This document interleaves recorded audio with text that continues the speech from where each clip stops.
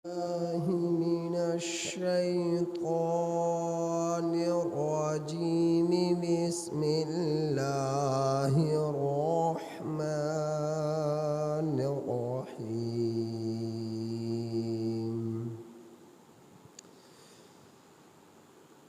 إنا أنزلنا إليك الكتاب بالحق لتحكم بين الناس بما أراك الله ولا تكن للخائنين خصيما واستغفر الله إن الله كان غفورا رحيما. ولا تجادل عن الذين يختانون أنفسهم إن الله لا يحب من كان خوانا أثيما. يستخفون من الناس ولا يستخفون من الله وهو معهم إذ يبيتون ما لا يرضى من القول وكان الله بما يعملون محيطا. ها أنتم هؤلاء جادلتم عنهم في الحياة الدنيا فمن يجادل الله عنهم يوم القيامة أم من يكون عليهم وكيلا. ومن يعمل سوءا أو يظلم نفسه ثم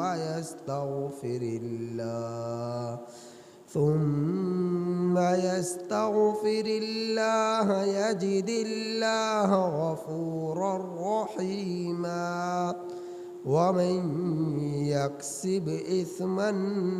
فإنما يكسبه على نفسه وكان الله عليما حكيما. ومن يكسب خطيئة أو إثما ثم يرم به بريئا فقد احتمل بهتانا وإثما مبينا.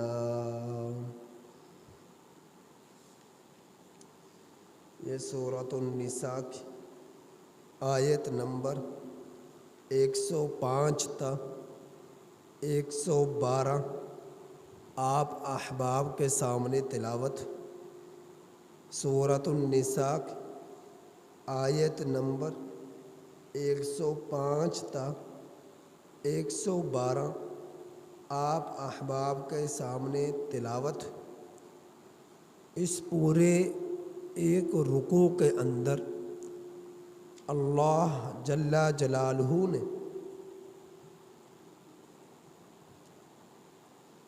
ایک واقعے کو بیان فرمایا ہے. اس وجہ سے مکمل رکوع کی آیات کریمہ آپ حضرات کے سامنے تلاوت کی گئی. ان آیات کریمہ کا ترجمہ یہ ہے: انا انزلنا، بے شک ہم نے نازل کیا، الیکل، آپ کی طرف، کتاب کو، بالحق، حق کے ساتھ، بے شک ہم نے آپ کی طرف کتاب کو حق کے ساتھ نازل کیا، لتحکم تاکہ آپ فیصلہ کریں، بین الناس لوگوں کے درمیان، بما اس چیز کا، ان باتوں کا، ان کاموں کا، اراک اللہ جو اللہ نے آپ کو دکھائی، جو اللہ نے آپ کو سمجھائی، ولا تقل للخائنین خصیما، اور نہ ہو جاؤ آپ خیانت کرنے والوں کے لیے خصیما جھگڑالو، واستغفر اللہ اور استغفار کیجئے اللہ سے، بخشش طلب کیجئے اللہ سے، ان اللہ بے شک اللہ تعالی کان غفورا رحیما بہت بخشنے والے مہربان ہیں، ولا تجادل اور نہ جھگڑا کیجئے آپ، عن الذین ان لوگوں کی طرف سے، یختانون جو خیانت کرتے ہیں، انفسہم اپنے نفسوں کے ساتھ، اپنی جانوں کے ساتھ، ان اللہ بے شک اللہ تعالی لا یحب محبت نہیں کرتا، پسند نہیں کرتا، من کان خوانا جو شخص خیانت کرتا ہے، خائن ہوتا ہے، اثیما گنہگار ہے۔ اللہ تعالی خیانت گنہگار شخص سے محبت نہیں کرتا، پسند نہیں کرتا۔ یستخفون من الناس وہ لوگ چھپتے ہیں اللہ لوگوں سے، وہ لوگ چھپتے ہیں لوگوں سے، ولا یستخفون من اللہ اور نہیں چھپ سکتے اللہ سے، اور نہیں چھپتے اللہ سے، وَهُوَ مَعَهُمْ اور وہ یعنی اللہ ان لوگوں کے ساتھ ہے، ساتھ ہوتا ہے، اذ یبیتون جس وقت یہ لوگ رات کے وقت مشورہ کرتے ہیں، ما اس چیز کا، لا یرضی من القول کہ جس بات کو اللہ پسند نہیں کرتا، مشورہ کرتے ہیں رات کو ان باتوں کا کہ جس بات کو لا یرضی اللہ پسند نہیں کرتا، وَكَانَ اللَّهُ بِمَا يَعْمَلُونَ مُحِيطًا اللہ تعالی ان کاموں کو جو یہ لوگ کرتے ہیں احاطہ کرنے والا ہے۔ ہاں انتم خبردار یہ تم یہ لوگ جو جادلتم عنہم تم سے جھگڑا کرتے ہیں ان کی طرف سے، فی الحیات الدنیا دنیا کی زندگانی میں، فَمَن یُجَادِلُ اللَّهَ اور جو شخص جھگڑا کرے اللہ سے، عنہم ان لوگوں کی طرف سے، فَمَن یُجَادِلُ اللَّهَ سو کون جھگڑا کرے گا اللہ سے ان لوگوں کی طرف سے، یوم القیامہ قیامت کے دن، ام من یکون علیہم وکیلا یا کون ہوگا ان لوگوں کی طرف سے کارساز، خبردار یہ تم لوگ جو جھگڑا کرتے ہو ان لوگوں سے دنیا کی زندگانی میں، سو کون جھگڑا کرے گا اللہ سے ان لوگوں کی طرف سے قیامت کے دن، یا کون ہوگا ان لوگوں پر کار ساز، ان لوگوں کی طرف سے یا ان لوگوں پر کار ساز۔ وَمَن يَعْمَلْ، اور جو شخص کرے گا سوءًا برائی، او یظلم نفسہ، یا ظلم کرے اپنے نفس کے ساتھ، ثم یستغفر اللہ، پھر وہ مغفرت طلب کرے اللہ سے، توبہ استغفار کرے اللہ سے، بخشش طلب کرے اللہ سے، یجد اللہ، پائے گا اللہ کو، غفور الرحیم، بہت بخشنے والا مہربان۔ وَمَن یکسب اثما، اور جو شخص کرے گا برائی، فَإِنَّمَا يَكْسِبُهُ عَلَى نَفْسِهِ، سو بے شک اس کی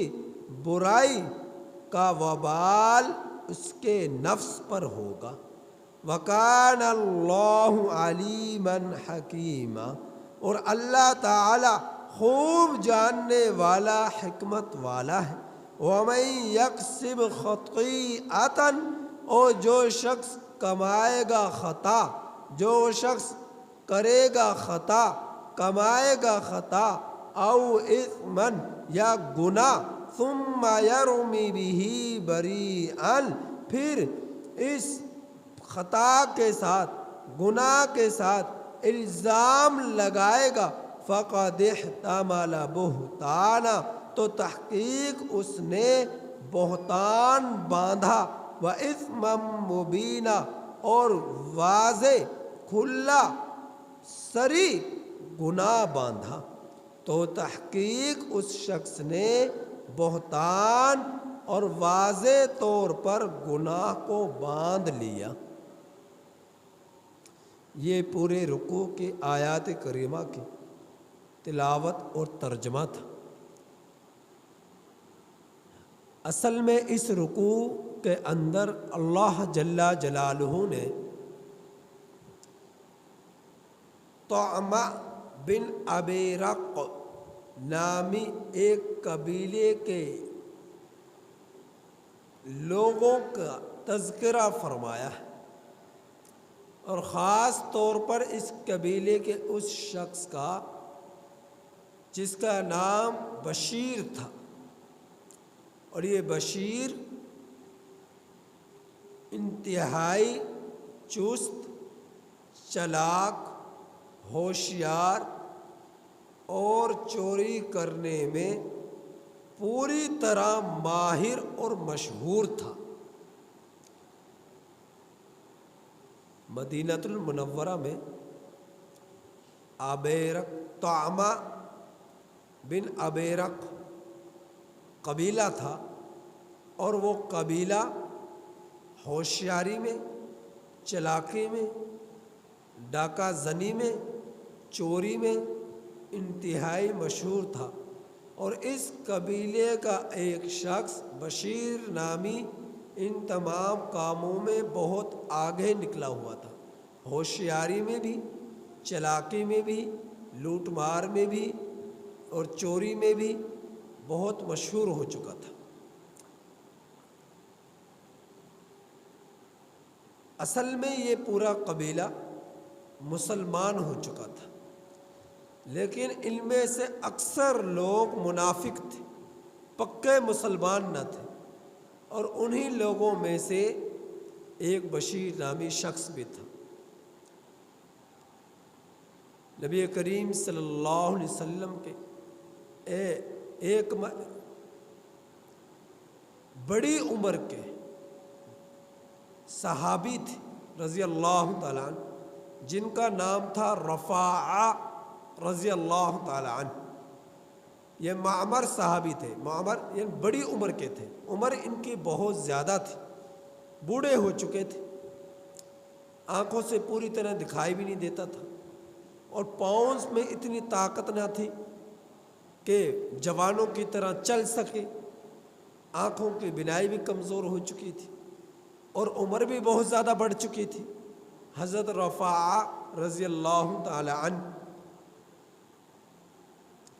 تو ان کے جو خاندان کے لوگ تھے انہوں نے اس کے بارے میں سوچا، اس صحابی رسول صلی اللہ علیہ وسلم کے بارے میں، کہ یہ بہت بوڑھے ہو چکے ہیں، ہم تو کھجوریں چبا چبا کر کھا لیا کرتے ہیں، لیکن یہ تو بڑھاپے میں ہیں اور ان کا معدہ کھجوروں کو برداشت نہیں کر سکتا، طاقتور چیزوں کو برداشت نہیں کر سکتا۔ تو انہوں نے کیا کیا کہ ان کے لیے دور دراز سے میدے کی بوری منگوا لی۔ میدا، آٹے کا جو میدا ہوتا ہے اس کی بوری منگوا لی کہ اس کی روٹیاں بہت نرم بنیں گی اور اس سے ان کی بھوک ختم ہو سکے گی، ان کی جو ہے ضرورت پوری ہو سکے گی۔ تو انہوں نے میدے کے پوری بوری جو ہے اسے منگوا لیا۔ پھر اس بوری کو، میدے کی بوری کیوں منگوائی؟ کہ اس کی روٹیاں بنیں گی، غذا نرم رہے گی، ان کے لیے چبانا آسان اور ان کے لیے حلق سے نیچے اتارنا آسان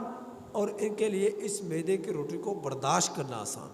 اس لیے انہوں نے پوری بوری کو منگوا لیا۔ اب جس مکان میں حضرت رفاعہ رضی اللہ تعالی عنہ رہا کرتے تھے، وہ مکان اس زمانے میں عام طور پر کچے ہوا کرتے تھے، تو اس مکان میں ایک کمرہ تھا اور اس کمرے کے اندر انہوں نے اس بوری کو رکھوا دیا جس کی دیواریں کچی تھی، اور اس کمرے کے اندر جنگی آلات و سامان وغیرہ، مزید کچھ جو تھا جس میں خود تھی، خود ایک لوہے کی ٹوپی ہوا کرتی ہے جس کو جنگ کے میدان کے اندر مجاہدین پہنا کرتے تھے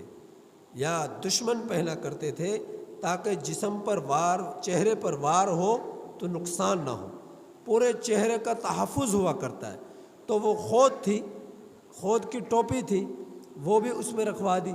اور کچھ مزید سامان تھا قیمتی جنگی، وہ سامان بھی اس میں رکھوا دیا۔ اب یہ جو بشیر نامی شخص تھا، طعمہ بن عبیرق قبیلے کا، یہ انتہائی زیادہ ہڈ حرام تھا، انتہائی زیادہ بد محنتی تھا۔ جس طرح کے بہت سارے لوگ جو ہے کام کے عادی نہیں ہوتے، ہمیشہ پڑے رہنا، سوئے رہنا، نہ کام کے نہ کاج کے، نہ گھر والوں کی خدمت کرنا، نہ کاروبار کرنا، نہ تجارت کرنا، نہ کوئی محنت مزدوری کرنا، بر ادھر ادھر سے مانگنے کی عادت اور اپنی اس سے ضرورت پوری کرنا۔ اللہ نے جان بھی دی، صحت بھی دی، طاقت بھی دی، عقل بھی دی، اس کے باوجود بستر پر گھر کے اندر چار دیواری میں ہر وقت پڑے رہنا، کوئی کام نہ کرنا، کوئی محنت نہ کرنا۔ حدیث مبارکہ میں آتا ہے اللہ رب العزت ایسے شخص سے سخت ناراض ہوتے ہیں جو طاقت ہوتے ہوئے، صلاحیت ہوتے ہوئے کام کاج کر سکتا ہے لیکن نہیں کرتا اور گھر میں پڑا رہتا ہے۔ اللہ رب العزت ایسے شخص سے سخت ناراض ہوتے ہیں۔ تو بشیر جو تھا یہ اسی طرح کا شخص تھا، ہڈ حرام تھا، بد محنتی تھا اور ہر وقت اپنے مکان کے اندر، گھر کے اندر پڑا رہتا تھا، کچھ نہیں کرتا تھا۔ تو اس نے کیا کیا، اس نے حضرت رفاعہ رضی اللہ تعالی عنہ کے گھر میں نقب لگائی، یعنی کچی دیواریں تھیں ان کو توڑ کر انہوں نے سارا سامان لیا اور میدے کی بوری کو اٹھایا اور چوری کر وہاں سے نکل گیا۔ حضرت رفاعہ رضی اللہ تعالی عنہ جب ان کے علم ہوا کہ ایسا ہو چکا، اب پاؤں کمزور تھے، بنائی کمزور تھی، تو انہوں نے کیا کیا، آہستہ آہستہ وہ دیکھا نشانات کو۔ اصل میں بشیر شخص سے ہوا یہ، جب بوری کو اٹھایا تو اس بوری سے میدا تھوڑا تھوڑا، کہیں سے وہ پھٹی ہوئی تھی،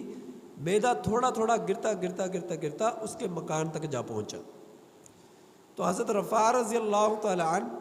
اگرچہ بنائے کمزور تھی، لیکن آہستہ آہستہ چل کر تلاش کرتے کرتے کرتے ان کے مکان تک جا پہنچے، اور پتہ چل گیا کہ بھئی اس نے چوری کی ہے، اس نے چوری کی ہے۔ تو پھر حضرت رفاع رضی اللہ تعالیٰ عنہ بہت پریشان ہوئے، تو انہوں نے اپنے بھتیجے حضرت قتادہ رضی اللہ تعالیٰ عنہ کو بلایا اور ان کے سامنے سارا حال بیان فرمایا۔ حضرت قتادہ رضی اللہ تعالیٰ عنہ سے کہا کہ دیکھو میرے جسم میں طاقت نہیں ہے، پاؤں میرے کمزور ہیں، بنائی میری کمزور ہے، اور میری زبان میں لکنت ہے، بڑھاپے کے بنا پر میں پوری طرح اپنی بات کو سمجھا نہیں سکتا، لیکن آپ ایسا کریں، آپ نبی کریم صلی اللہ علیہ وسلم کے پاس تشریف لے جائیں اور آپ صلی اللہ علیہ وسلم کو یہ سارا حال، سارا واقعہ، سارا معاملہ بیان کریں کہ آپ صلی اللہ علیہ وسلم ان کو بلائیں اور بلا کر جو انہوں نے چوری کی ہے اس کا مواخذہ کریں۔ حضرت قتادہ رضی اللہ تعالیٰ عنہ اپنے چچا کی اس ساری گفتگو کو سن کر نبی کریم صلی اللہ علیہ وسلم کے پاس تشریف لے آئے۔ آپ صلی اللہ علیہ وسلم کو یہ سارا واقعہ بیان کیا۔ اس وقت مکہ فتح نہیں ہوا تھا، مکہ المکرمہ اس زمانے میں فتح نہیں ہوا جس وقت یہ واقعہ پیش آیا۔ اور دوسری سمت یہ طعمہ بن ابیرق جو قبیلہ تھا، جو بظاہر مسلمان تھا لیکن اکثریت منافقین کی تھی، تو ان کو معلوم ہو گیا کہ آپ صلی اللہ علیہ وسلم تک یہ کیس پہنچ چکا اور ہمارے قبیلے کے بندے نے چوری کی ہے، ڈاکہ ڈالا ہے۔ اب ناک کا معاملہ آ گیا، عزت کا معاملہ آ گیا، بدنامی کا معاملہ آ گیا۔ تو یہ سب کے سب لوگ جو ہے حضرت یہ بشیر نامی شخص کے گھر میں جمع ہو گئے، جس کو قرآن نے فرمایا اذ یبیتون، رات کے وقت یہ لوگ مشورہ کرنے لگے بشیر کے گھر میں داخل ہو کر، ما لا یرضی من القول، جبکہ اللہ تعالیٰ جو یہ بات جس بارے میں یہ مشورہ کر رہے ہیں اس کو پسند نہیں کرتے۔ تو وہاں پر جمع ہو کر مشورہ کیا کہ کس طرح اس کیس سے نکلا جائے، کس طرح اپنی عزت کا تحفظ کیا جائے، کس طرح اپنی ناک کا تحفظ کیا جائے۔ تو یہ سب کے سب مشورہ کیا کہ بجائے یہ کہ وہ ہم پر کوئی چڑھائی کرے، ہم ہی ان پر چڑھائی کر دیں، دعویٰ کرنے والوں پر۔ تو بہرحال اب یہ پورا کا پورا قبیلہ معصوم چہرے لے کر عاجزی کے ساتھ نبی کریم صلی اللہ علیہ وسلم کی خدمت اقدس میں حاضر ہو گئے، اور آپ صلی اللہ علیہ وسلم کو کی خدمت جب حاضر ہوئے تو انہوں نے آپ صلی اللہ علیہ وسلم کے سامنے عاجزی ظاہر کی، انکساری ظاہر کی، اور بڑی معصومانہ گفتگو کی آپ صلی اللہ علیہ وسلم کے سامنے۔ چلاک تھے، ہوشیار تھے، اور آپ صلی اللہ علیہ وسلم کے سامنے پورا قبیلہ آ گیا اور آ کر سارا کہ اے اللہ کے رسول صلی اللہ علیہ وسلم، اگر یہ دعویٰ کر رہے کہ بشیر نے چوری کی ہے تو یہ دعوے پر کوئی گواہ پیش کر دے، ہم مان لیں گے، ہم مان لیں گے۔ اب ان کو اس بات کا یقین تھا کہ گواہ تو کوئی ہے نہیں، چوری تو جب کی گئی ہے اس پر کوئی گواہ کسی نے دیکھا نہیں، گواہ تو کوئی ہے نہیں۔ تو انہوں نے بڑے معصومانہ گفتگو نبی کریم صلی اللہ علیہ وسلم سے کی، جس کا نتیجہ یہ ہوا کہ آپ صلی اللہ علیہ وسلم بھی ان کی باتوں میں آگے، ان کی معصوم چہروں کو دیکھ کر، معصومانہ گفتگو کو سن کر آپ صلی اللہ علیہ وسلم نے ان کو کہنے کے بجائے حضرت قتادہ رضی اللہ تعالی عنہ کے ساتھ انہیں ڈانٹا، انہیں جھڑکا کہ جب گواہ آپ کے پاس کوئی نہیں ہے تو آپ نے یہ دعویٰ کیسے کر دیا کہ حضرت رفاع کے گھر کے اندر چوری ہوئی ہے اور وہ ساز و سامان، جنگی آلات وغیرہ سب چوری کر لے گئے؟ آپ کس طرح یہ جو ہے دعویٰ کیا؟ آپ صلی اللہ علیہ وسلم نے انہیں جھڑکا، انہیں ڈانٹا، تو حضرت قتادہ رضی اللہ تعالی عنہ روتے ہوئے، آنکھوں میں آنسو ہیں روتے ہوئے حضرت رفاعہ رضی اللہ تعالیٰ عنہ کی خدمت میں حاضر ہو گئے اور فرمانے لگے کہ چچا جان، یہ تو بجائے ہمارے حق میں فیصلہ ہونے کے یہ آپ صلی اللہ علیہ وسلم سے کی طرف سے تو ہمیں جو ہے الٹی ڈانٹ پڑ گئی۔ آپ صلی اللہ علیہ وسلم نے مجھے الٹا ڈانٹ دیا، یعنی کہ بجائے میری بات کو میرے حق میں آپ کے حق میں فیصلہ کیا جاتا الٹا ڈانٹ پڑ گئی، تو اب کیا کریں؟ تو حضرت رفاعہ رضی اللہ تعالیٰ عنہ فرمانے لگے کہ بیٹا، حق حق ہے، باطل باطل ہے، حق حق ہے، سچ سچ ہے، باطل باطل ہے، جھوٹ جھوٹ ہے۔ فرمایا کہ اللہ رب العزت اس کے کوئی دیکھے یا نہ دیکھے، اللہ تو دیکھ رہے ہیں نا، اللہ اس کے بارے میں کوئی فیصلہ فرمائیں گے۔ تو تھوڑے وقت گزرا، اللہ جل جلالہ نے اسی رکوع کی آیات کریمہ جو میں نے آپ احباب کے سامنے تلاوت کی ہیں، اس پورے رکوع کی آیات کو اللہ جل جلالہ نے اتار دیا، نبی کریم صلی اللہ علیہ وسلم، آپ صلی اللہ علیہ وسلم پر نازل کر دیا، اور اس رکوع کے اندر منافقین کا راز فاش ہو گیا، منافقین کا راز فاش ہو گیا، اور دوسری طرف بشیر نامی چور کو پتہ چل گیا کہ لو جی اب تو راز فاش ہو گیا، تو اس نے کیا کیا، مدینہ سے یہ بھاگا ہے اور مکہ المکرمہ آ گیا۔ اس وقت مکہ المکرمہ فتح نہیں ہوا تھا، تو مکہ المکرمہ کے اندر ایک عورت تھی جس کے ساتھ اس بشیر نامی شخص کے ناجائز تعلقات تھے، جس کا نام تھا سلافہ، اس عورت کا نام۔ تو یہ وہاں چلا گیا، کیونکہ اسے پتہ ہے کہ جب چوری کر لی تو چور کی سزا ہاتھ کاٹنا ہے۔ السارق والسارقۃ فاقطعوا ایدیہما جزاء بما کسبا، کہ چور کی سزا کیا ہے؟ تو اس کا ہاتھ کاٹے جائے۔ اس کو ڈر لگ گیا کہ میرے ہاتھ کاٹے جائیں گے، تو یہ یہاں سے بھاگ گیا، اور کہاں چلا گیا؟ مکہ المکرمہ، اور وہاں اس عورت سے ایک عورت سے ناجائز تعلقات تھے، وہاں پر اس کے پاس چلا گیا۔ تو اس عورت نے کہا کہ ٹھیک ہے آپ آ گئے ہو، لیکن آپ یہاں پر آئے ہو تو آپ کو محنت بھی کرنی پڑے گی، مزدوری بھی کرنی پڑے گی، اور آپ کو کمانا پڑے گا، تب تو آپ میرے ساتھ رہ سکتے ہو۔ اگر آپ کما نہیں سکتے، محنت مزدوری نہیں کر سکتے، کچھ کھانے پینے کے لیے لا نہیں سکتے، تو آپ میرے ساتھ نہیں رہ سکتے۔ اس عورت نے صاف یہ جواب دے دیا۔ اب بشیر تو چونکہ پہلے ہی ہڈ حرام تھا، بد محنتی تھا، اس نے کیا کیا؟ اس نے یہ کیا کہ بجائے محنت مزدوری کرنے کے، حق حلال کی کمائی حاصل کرنے کے، اس نے اپنی وہی پہلی والی عادت، چوری کرنا، ڈاکے ڈالنا، تو اسی کے لیے اس نے مکہ المکرمہ کا اندر ایک شخص کے گھر کا اندر نقب لگائی، اور جس وقت یہ نقب لگا رہا تھا، یعنی سوراخ کر رہا تھا، دیوار کو توڑ رہا تھا، تو دیوار کو توڑتے ہوئے دیوار اس کو اوپر آ گری، اور اسی کے نیچے دب کر یہ بشیر منافق شخص مر گیا۔ تو یہ جب بھاگا ہے، ایک تو اس نے پہلے تو اس مسلمان ہونے کا دعویٰ کر رہے تھے، لیکن دل میں نفاق تھا، لیکن پھر اس نے اپنا آپ کو بچانے کے لیے کھلم کھلا یہ مرتد ہو گیا، یعنی کفر کا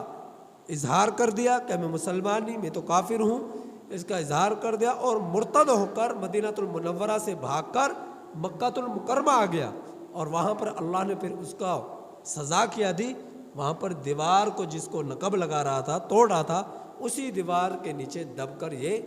مر گیا، اسی دیوار کے نیچے دب کر یہ مر گیا۔ تو اللہ جل جلالہ نے اس پورے واقعے پر کو جو ہے ان آیات کریمہ کو نازل فرمایا، اور یہ حضرت رفاعہ رضی اللہ تعالیٰ عنہ کے دفاع میں اللہ نے، اور حضرت قتادہ رضی اللہ تعالیٰ عنہ کے حق ہونے پر ان آیات کریمہ کو نازل فرمایا۔ تو ان آیات کریمہ میں اس پورے واقعے کی تفصیل ہے۔ اب اس آیت رکوع کی تفصیل جو ہے انشاءاللہ مزید میں کل بیان کروں گا۔ اللہ سے دعا ہے کہ اللہ تعالی ہم لوگوں کی ہر طرح کی بدمحنتی سے، ہر طرح کے ہڈ حرامی سے، ہر طرح کی برائیوں سے اللہ تعالی ہم میں سے ایک کی حفاظت فرما دے۔ الحمدللہ۔